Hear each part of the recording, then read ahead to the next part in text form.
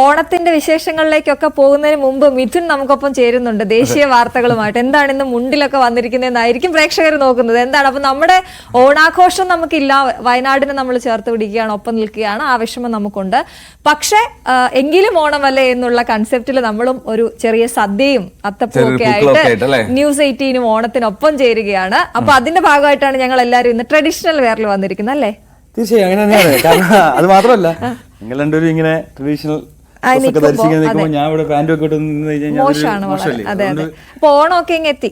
ഓണം എത്തി. മറ്റന്നാളല്ലേ? അതെ, മറ്റന്നാളാണ് ഓണം. അപ്പം എന്താണ് ഇത്തവണ ദേശീയ വാർത്തകൾ, ഇന്നത്തെ ദേശീയ വാർത്തകളെ സംബന്ധിച്ച് ഇന്ന് നിർണായക ഒരു ദിവസമാണ്. കാരണം അരവിന്ദ് കെജ്രിവാളിനെ സംബന്ധിച്ച് വളരെ വലിയ നിർണായകമായിട്ടുള്ള ദിനമാണ്. കാരണം 160 ദിവസമായിട്ട് മുഖ്യമന്ത്രി എന്ന നിലയിൽ മുഖ്യമന്ത്രി സ്ഥാനം രാജിവെക്കാതെ അദ്ദേഹം ജയിലിൽ കിടക്കാൻ തുടങ്ങിയിട്ട് 160 ദിവസത്തോളം പിന്നിടുകയാണ്. നിരവധി തവണ ഇതിനോടകം തന്നെ ഇതിന്റെ ജാമ്യാപേക്ഷ സുപ്രീം കോടതിയിലും മറ്റ് റോസവന്യൂ കോടതിയിലും ഒക്കെ വന്നുവെങ്കിൽ പോലും തന്നെ അത് നിരാകരിക്കുന്ന കാഴ്ച, വീണ്ടും കസ്റ്റഡി കാലാവധി നീട്ടി നൽകുന്ന കാഴ്ച നമുക്ക് കാണാൻ സാധിക്കുകയും ചെയ്യുന്നു. ഇതിൽ 2 ഹർജികളാണെന്ന് പ്രധാനമായും സുപ്രീം കോടതി പരിഗണിക്കുകയും അതിന്റെ വിധി പുറപ്പെടുവിക്കുകയും ചെയ്യുന്നത്. അതിലൊന്ന് ജാമ്യാപേക്ഷയും രണ്ടാമത്തത് CBI അറസ്റ്റിനെതിരായി നൽകിയിട്ടുള്ള ഹർജിയുമാണ്. ഈ 2 കാര്യങ്ങളാണ് പ്രധാനമായും ഇന്ന് കോടതി വിധി പറയുന്നത്. ആ വിധി പറയുന്നതോടുകൂടി അദ്ദേഹത്തിന് ജയിൽ മോചിതനാകാം എന്നുള്ളതാണ് ഏറ്റവും പ്രധാനപ്പെട്ട കാര്യം. അതിൽ ചില ആശങ്കകൾ നിലനിൽക്കുന്നുണ്ട്. കാരണം ചില ചോദ്യങ്ങൾ കോടതി ഇതുമായി ബന്ധപ്പെട്ട് ചോദിച്ചിരുന്നു. CBI ഒരു തരത്തിലും മുഖ്യമന്ത്രിക്ക് അതായത് രാജിവെക്കാത്ത ഒരു പശ്ചാത്തലമുണ്ട്. അതിൽ വലിയ രീതിയിലുള്ള പ്രതിഷേധങ്ങൾ BJP ഉയർത്തുകയും ചെയ്ത സാഹചര്യമുണ്ട്. CBI പ്രധാനമായും പറയുന്നത് മുഖ്യമന്ത്രി പദത്തിലിരിക്കുന്ന ഒരാളാണ്, അദ്ദേഹം ജാമ്യം കിട്ടി പുറത്തിറങ്ങിയാൽ അത് വലിയ രീതിയിൽ കേസിനെ ബാധിക്കും, വലിയ രീതിയിൽ തെളിവുകൾ നശിപ്പിക്കപ്പെടാനുള്ള സാധ്യതയുണ്ട്. അതുകൊണ്ട് തന്നെ ഒരു തരത്തിലും ജാമ്യം നൽകാൻ പാടില്ല എന്നുള്ളൊരു കാര്യമാണ്, അത്തരത്തിലുള്ള ആവശ്യമാണ് കഴിഞ്ഞ ദിവസങ്ങളിൽ ഈ വാദം നടന്നപ്പോൾ സുപ്രീം കോടതിയിൽ CBIയുടെ അഭിഭാഷകൻ ചൂണ്ടിക്കാണിക്കുകയും ചെയ്തത്. എന്തായാലും അതൊക്കെ പരിഗണിക്കുമെന്ന് നമുക്ക് കണ്ടറിയേണ്ടിയിരിക്കുന്നു. പ്രധാനമായും അരവിന്ദ് കെജ്രിവാളിന്റെ വാദം, അതായത് ഈ കേസിന് ആദ്യം അറസ്റ്റിലാകുന്നത് ഡൽഹി ഉപമുഖ്യമന്ത്രി മനീഷ് സിസോദിയാണ്. അദ്ദേഹത്തിന് ജാമ്യം അനുവദിച്ചിട്ടുണ്ടായിരുന്നു. കൂടാതെ BRS നേതാവ് കവിതയ്ക്ക് ഉൾപ്പെടെ കഴിഞ്ഞ ദിവസങ്ങളിൽ ജാമ്യം അവതരിപ്പിച്ചു. കൂടാതെ ഈ ഒരു ആസൂത്രണം നടത്തിയത്, ഈ കേസുമായി ബന്ധപ്പെട്ട ആസൂത്രണം നടത്തിയത് മലയാളി വ്യവസായി കൂടിയായിട്ടുള്ള, ഒപ്പം തന്നെ ആം ആദ്മി പാർട്ടിയുടെ കോർഡിനേറ്റർ കൂടിയായിട്ടുള്ള വിജയ് നായർ ആയിരുന്നു എന്നുള്ളതാണ്. വിജയ് നായരുടെ ജാമ്യാപേക്ഷ പരിഗണിക്കുമ്പോൾ നിർണായകമായിട്ടുള്ള ചില നിരീക്ഷണങ്ങൾ കോടതിയുടെ ഭാഗത്തുനിന്നുണ്ടായിരുന്നു. പിന്നീട് അദ്ദേഹത്തിന് ജാമ്യം നൽകുകയും ചെയ്തു. കാരണം എന്തുകൊണ്ട് ഇത്രയും അധികം നാൾ ഒരു കേസിന്റെ പുറകെ CBI മറ്റ് അന്വേഷണ ഏജൻസികളും പോകുന്നു, കൃത്യമായ വിവരങ്ങൾ ഇതുവരെയും കണ്ടെത്താൻ സാധിക്കാത്ത എന്തുകൊണ്ടാണ് എന്നുള്ള ഒരു പരാമർശം കോടതിയുടെ ഭാഗത്തുനിന്നും ഉണ്ടായിരുന്നു. അതുകൊണ്ട് തന്നെയാണ്, അത് വെച്ച് പുലർത്തിക്കൊണ്ട് തന്നെയാണ് ഇത്തവണ ഈ കേസിനെ നേരിടുമ്പോൾ ഈ ഒരു വിധി അനുകൂലമായി വരും എന്ന് അരവിന്ദ് കെജ്രിവാൾ പ്രതീക്ഷിക്കുകയും ചെയ്യുന്നത്. അതിൽ 160 ദിവസമായി ജയിലിൽ കഴിയുകയാണ്. നിരവധി തവണ ഈ ഒരു വാദപ്രതിവാദങ്ങൾ നടന്നിരുന്നു. എന്തായാലും ഇന്ന് ആ വാദങ്ങൾക്കൊടുവിൽ സുപ്രീം കോടതിയുടെ വിധി വരികയാണ്. രാവിലെ 10:30 ആ കേസ് സുപ്രീം കോടതിയുടെ മുന്നിലേക്ക് വരിക.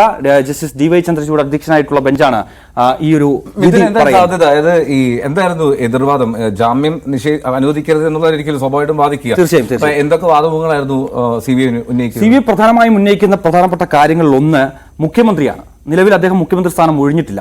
ആ ഒരു സാഹചര്യത്തിൽ സ്വാധീനിക്കും. ഞാൻ ചോദിക്കുന്നത്, ഇതേ വാദം നേരത്തെ ഉന്നയിച്ചിട്ടുണ്ട്. ഇതിനെ വെല്ലാൻ എന്താണ് അരവിന്ദ് കെജ്രിവാളിന്റെ ജാമ്യ ഹർജിയിലുള്ളത് എന്നുള്ളതാണ്. അതാണ് പറയുന്നത്. അതായത് അതിൽ പ്രധാനമായും ചൂണ്ടിക്കാണിക്കുന്നത് CBI പറയുന്നത് കൂടുതൽ തെളിവുകൾ ഇനിയും കണ്ടെത്തേണ്ടിയിരിക്കുന്നു. കാരണം ഈ കേസ് വന്നിട്ട് 3 വർഷത്തോളം ആകാൻ പോകുന്നു. എന്തുകൊണ്ട് ഇത്രയധികം കാലതാമസം? ഒരു കേസുമായി ബന്ധപ്പെട്ട് നിരവധി പേരെ അറസ്റ്റ് ചെയ്യുന്നു. ഇതുവരെയും ആ തെളിവ് കണ്ടെത്താൻ ഈ അന്വേഷണ ഏജൻസികൾക്ക് എന്തുകൊണ്ട് സാധിക്കുന്നില്ല എന്നുള്ളൊരു വാദമാണ് പ്രധാനമായും ഉയർത്തിക്കാണിക്കുകയും ചെയ്തത്. സ്വാഭാവികമായും അദ്ദേഹം ഇടക്കാല ജാമ്യം ലഭിച്ച് അദ്ദേഹം പുറത്തേക്ക് വരുന്ന കാഴ്ച നമ്മൾ കാണുകയും ചെയ്തു. അതായത് ലോക്സഭാ തെരഞ്ഞെടുപ്പിന് മുമ്പ് ആ സമയത്ത് ചില കർശന മാനദണ്ഡങ്ങൾ പാലിച്ചുകൊണ്ട് മാത്രമേ ആ ഒരു ജാമ്യ വ്യവസ്ഥയിൽ ഉൾപ്പെടുത്തിയിരുന്നു അന്ന് സുപ്രീം കോടതി. കാരണം പറഞ്ഞത് മുഖ്യമന്ത്രി എന്ന നിലയിലുള്ള യാതൊരുവിധ പ്രോട്ടോകോളോ അല്ലെങ്കിൽ അതുമായി ബന്ധപ്പെട്ടുള്ള യാതൊരുവിധ ഇടപെടലോ മുഖ്യമന്ത്രി എന്ന രീതിയിൽ അരവിന്ദ് കെജ്രിവാളിനോ പാലിക്കാൻ സാധിക്കില്ല. ഒപ്പം തന്നെ സെക്രട്ടേറിയറ്റിലേക്കോ അല്ലെങ്കിൽ അദ്ദേഹത്തിന്റെ ഔദ്യോഗിക വസതിയിലേക്കോ ഒന്നും തന്നെ പോകാൻ പാടില്ല, മറ്റുള്ളവരുമായി കൂടിയാലോചനകൾ നടത്താൻ പാടില്ല എന്നടക്കമുള്ള നിർദ്ദേശങ്ങൾ നൽകിയിട്ടുണ്ട്. അതായത് സ്വാഭാവികമായും ആം ആദ്മിയും അരവിന്ദ് കെജ്രിവാളും പ്രതീക്ഷിക്കുന്നത് ഇന്ന് ജാമ്യം ലഭിക്കുമെന്ന് തന്നെയാണ്. കാരണം ഇത്രയധികം വിവരങ്ങൾ കൈമാറിയിട്ടും അതിലൊന്നും തന്നെ ഈ ഗൂഢാലോചന ഉണ്ട് എന്ന അന്വേഷണ ഉദ്യോഗസ്ഥർ പറയുന്നുണ്ട് എങ്കിൽ പോലും തന്നെ അതിൽ മുഖ്യമന്ത്രി പങ്കെടുത്ത് കാണിക്കാൻ പറ്റുന്ന തരത്തിലുള്ള ഒരു വിവരവും ഇതുവരെയും അന്വേഷണ ഏജൻസികൾക്ക് ലഭിച്ചിട്ടില്ല എന്നുള്ളതാണ്. അത് പരിഗണിച്ചുകൊണ്ട് തന്നെ ഇന്നത്തെ ദിവസം അത് അരവിന്ദ് കെജ്രിവാളിന്റേതാകാം. കാരണം ഇനി തെരഞ്ഞെടുപ്പ് വരാൻ പോവുകയാണ്, ഹരിയാന തെരഞ്ഞെടുപ്പൊക്കെ വരാൻ പോവുകയാണ്. ഹരിയാനയിൽ ആം ആദ്മി പാർട്ടി ഒറ്റയ്ക്കാണ് മത്സരിക്കുന്നത്, സഖ്യമല്ലാതെയാണ് മത്സരിക്കുന്നത്. അവിടെ 61 സീറ്റുകളിലേക്കുള്ള സ്ഥാനാർത്ഥി പട്ടിക പ്രഖ്യാപിച്ച ഇന്നലെ അതിന്റെ നാമനിർദ്ദേശ പത്രിക സമർപ്പിക്കാനുള്ള അവസാന തീയതി ഇന്നലെ കഴിഞ്ഞിരുന്നു. അങ്ങനെ ഒരു നേർക്കുനേർ പോരാട്ടം, അതായത് കോൺഗ്രസും ആം ആദ്മിയും തമ്മിൽ സഖ്യമായിട്ടായിരുന്നു ലോക്സഭാ തെരഞ്ഞെടുപ്പിൽ മത്സരിച്ചെങ്കിൽ അവർ എതിരായിട്ട് മത്സരിക്കുന്നു. ആം ആദ്മി, BJP, കോൺഗ്രസ് അങ്ങനെയെങ്കിൽ കേജ്രിവാൾ മുന്നിൽ നിന്ന് നയിക്കുമ്പോൾ അത് അവർക്ക് വലിയ ശക്തിയാകും. തീർച്ചയായും. അതുകൊണ്ട് തന്നെ എന്തായാലും വളരെ നിർണായകമായിട്ടാണ് അവരെ ഇന്ന് ജാമ്യാപേക്ഷ എത്ര മണിയോടെ നമുക്ക് 10:30 സുപ്രീം കോടതിയുടെ പരിഗണനയിലേക്ക് ഇത് വരുന്നത്. പക്ഷേ ഒരു 11 മണിയോട് കൂടി ഇതിന്റെ ഒരു വിധി ഉണ്ടാകുന്നതാണ്. ചിലപ്പോൾ ഒരു ചില മാനദണ്ഡങ്ങളും അല്ലെങ്കിൽ കർശന നിർദ്ദേശവും അങ്ങനെ അത്തരത്തിലുള്ള ഉപാധികൾ വെച്ചുകൊണ്ടായിരിക്കാം ഒരു പക്ഷേ ജാമ്യം നൽകാൻ പോകുന്നത്. എന്നാൽ പോലും തന്നെ ജയിൽ മോചിതനാകാൻ സാധിക്കുമെന്നുള്ളൂ. ഉറപ്പായും എന്തായാലും ആം ആദ്മി പാർട്ടിയുടെയും അരവിന്ദ് കെജ്രിവാളിന്റെയും പ്രതീക്ഷ അത് സഫലമാകട്ടെ എന്ന് മാത്രം ആഗ്രഹിക്കാം, അല്ലെ?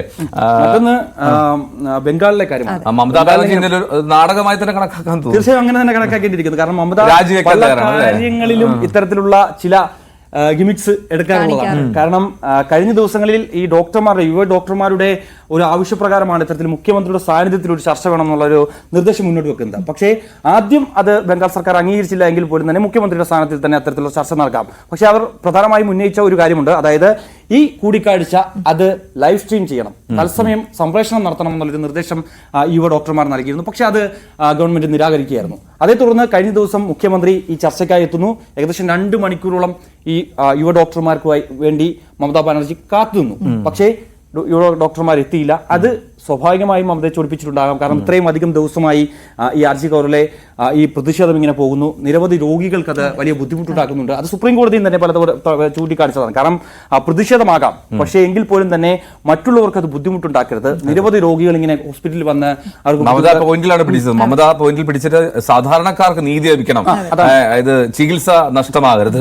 അങ്ങനെ പിന്നെ മാത്രമല്ല അവർ വളരെ വികാരാധീനായിട്ട് അതായത് I'm saying sorry to the state of people of my state and other states also എന്നൊക്കെ പറഞ്ഞിട്ട് വല്ലാത്ത അതിനെ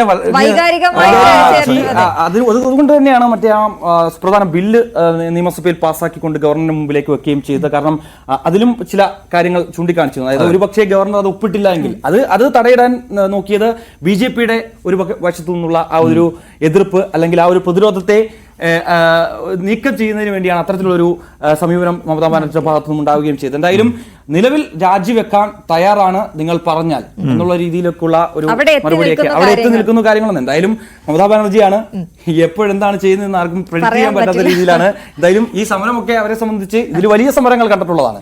അതുകൊണ്ട് തന്നെ ഇതൊക്കെ എങ്ങനെയാണ് അവർ കൈകാര്യം ചെയ്യാൻ പോകുന്നതെന്നും 1 മണിക്കൂർ നമുക്ക് കണ്ടറിയാം. അപ്പൊ അതാണ്